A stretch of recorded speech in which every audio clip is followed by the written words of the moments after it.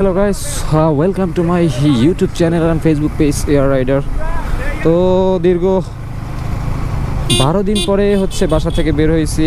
বাইকের ফুয়েল শেষ, প্লাস হচ্ছে আমার বাইকের ইঞ্জিনটা ড্রেন দিতে হবে, ইঞ্জিন অয়েলটা। তো যাচ্ছি, মাসুম আছে, বাদন আছে, ওর বাইকে একটু ফুয়েল ভরবে। মূলত বৃষ্টি বাদলের দিনে এই জন্য বের হওয়া হয় না। আজকে 12 দিন ধরে বাসা থেকে গাড়িও বের করতে পারতেছি না। তো একটা প্যারার একটা বিষয় হয়ে গেছে, দাঁড়ায় গেছে। একটা না প্রচুর বৃষ্টি, এটাকে বলে শ্রাবণের বৃষ্টি। বাদন পিছনে রাইড করতেছে, এখনও মূলত বৃষ্টির ফোঁটা হালকা হালকা গায়ে পড়তেছে। বাদন সামনে ড্রাইভ করতেছে, অবশ্য হেলমেটটাও পরে নাই, এই জন্য একটা খুব খারাপ বিষয়। হেলমেট অবশ্যই, হেলমেট পরিধান করে রাইড করা উচিত। মাসুম প্রথমে যাওয়ার কথা ছিল না, বাট সাড়েনোর সাথে দেখা হয়ে গেছে। তারপর বলছে চল বাগিনা, গাড়ির ইঞ্জিন অয়েলটা একটু ড্রেন দেবো, প্লাস হচ্ছে গিয়ে বাইকের ফুয়েলটা লোড করবো। আর যেহেতু আজকে ফ্রাইডে, তো বিকালবেলা প্ল্যান আছে ঘুরতে বের হওয়ার, মানে একটু বাসা থেকে বের হওয়ার। তো দেখি, আবার আকাশের যে অবস্থা বর্তমান, right now condition, weather condition is dangerous না, দেখতে উপভোগ্য, বাট বাইকারদের জন্য খুবই একটা, বৃষ্টি নামলে একটা প্যারাদায়ক একটা অবস্থা তৈরি হয়। বাসা থেকে বের হওয়া ঠিক ওরকম হয় না। তো দেখি, সামনে প্ল্যান আছে কুয়াকাটা অথবা বাগেরহাট যাওয়ার একটু প্ল্যানটা বেশি। আর এর মাঝে আটগড় কুরিয়ানা যাওয়ার প্ল্যান ছিল, তো ওইটা আসলে মূলত হয় নাই।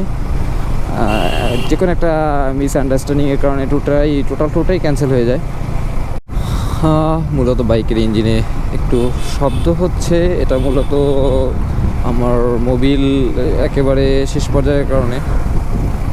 মোবিলের কার্যকারিতা নাই বললেই চলে, কারণ মিনারেল থেকে আমি অলমোস্ট 1200 কিলো চালায় ফেলাইছি, যেটা কখনোই উচিত না। এর আগে 1000 পর্যন্ত রিকমেন্ড ছিল, বাট 1000-এই আমি ফলাই দিতাম, কিন্তু আর অলমোস্ট 200 কিলো বেশি চলে গেছে। এই জন্য ইঞ্জিনে একটা আলাদা ধরনের নয়েজ আসতেছে। এটি নিয়ে দুশ্চিন্তা ছিলাম, বাট পরে ভাবলাম না, সেমি সিনথেটিকে যাই বা সিনথেটিকে যাব। আমি একবার সেমি সিনথেটিক বলে যে কীভাবে ফিডব্যাকটা পাই, আসলে মোবিলের পারফরমেন্সটা কীভাবে কতটুকু দেয়। ইচ্ছা ছিল মোবিল 1 নেওয়ার, মানে মোবিল 1 ইঞ্জিন অয়েলটা ভরার, বাট এখানে তো অরিজিনালটা পাওয়া যায় না বিধায়, এই জন্য আপাতত ইয়ামালুবেরটা ইউজ করতেছি, মানে করা লাগতেছে। বিশালে গেলে তখন মোবিল 1 2-3টা কিনে আনতে হবে, মানে এক্সট্রা যখন মাঝে মাঝে যাব, এছাড়া তার উপায় দেখি না। আমি যতগুলো ইউটিউবে ভিডিও দেখছি অথবা আদার্স আমাদের যা ভাই ব্রাদার যারা আছে, ম্যাক্সিমাম মানুষের কাছ থেকে আমি ফিডব্যাকটা নিয়েছি যে আসলে ইয়ামা R15 ভার্সন 3 এর জন্য মোবিল 1টা বেস্ট, ফুল সিনথেটিক যেটা।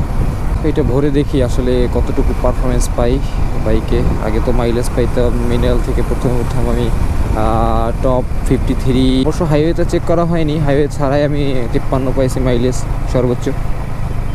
বাইকে রিলটা লোড করতে হবে, 450 টাকার দেন।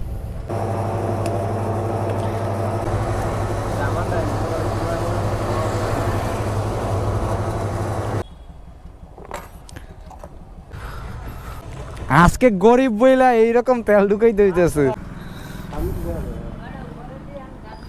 মোবিলটা চেঞ্জ করি। তো এই দোকানটা হচ্ছে সোহাগ ভাইয়ের দোকান, HM মোটরস।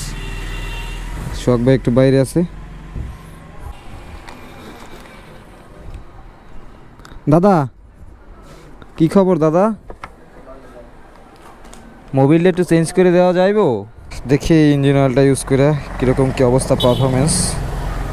আসলে এর আগে তো অলওয়েজ মিনারেল ইউজ করতাম, 7700 কিলোমিটার পর্যন্ত মিনারেল ইউজ করছি। ইঞ্জিন অয়েলের সাথে অয়েল ফিল্টারটাও চেঞ্জ করতে হবে। মোবিল চেঞ্জের কাজ চলতেছে। তো এরপর হচ্ছে গিয়ে যাব, বাদনে বাইকও আছে। তো বিকালবেলা দেখি একটু বের হওয়ার প্ল্যান আছে, কোথায় বের হওয়া যায়। ইঞ্জিন অয়েল চেঞ্জ করার কাজ শেষ, এখন একটু তৃপ্তি লাগতেছে, মনের ভিতরে শান্তি লাগতেছে, বিকজ মিনারেল থেকে আমি অলমোস্ট মানে 200 কিলো, মানে যেটা রিকমেন্ড ছিল কোম্পানির থেকে যে 1000 কিলোমিটার চলবে, তো ওইটা আর কি ক্রস করে 200 কিলো বেশি চলায় ফেলাইছে, এই জন্য ইঞ্জিনটা একটা সাউন্ড আসতেছিল। তো দেখি এখন সাউন্ডটা কতটা রিডিউস হয়েছে। যাব হচ্ছে কি এলাকায়, বিকালবেলা দেখি বের হওয়ার প্ল্যান আছে, যে মাসুম যদি যায়, ও যদি ফ্রি থাকে তো বিকালবেলা একটু, যদি শুক্রবার দিন বন্ধের দিন যদি আমি বাসা থেকে বের না হয় তাহলে আসলে প্রকৃতিটা উপভোগ করা যাবে না। আর দেখি বাদনকে বলি, বাদন বিকালবেলা যাবে কি না। আসলে ও বলছে, একটা সম্মতি প্রকাশ করছে যে যাওয়ার কথা, যে বের হই একটু বিকালবেলা ঘুরি ফিরি। আর বাইক থাকলে এই ঘোরার নেশাটা অবশ্যই থাকা উচিত।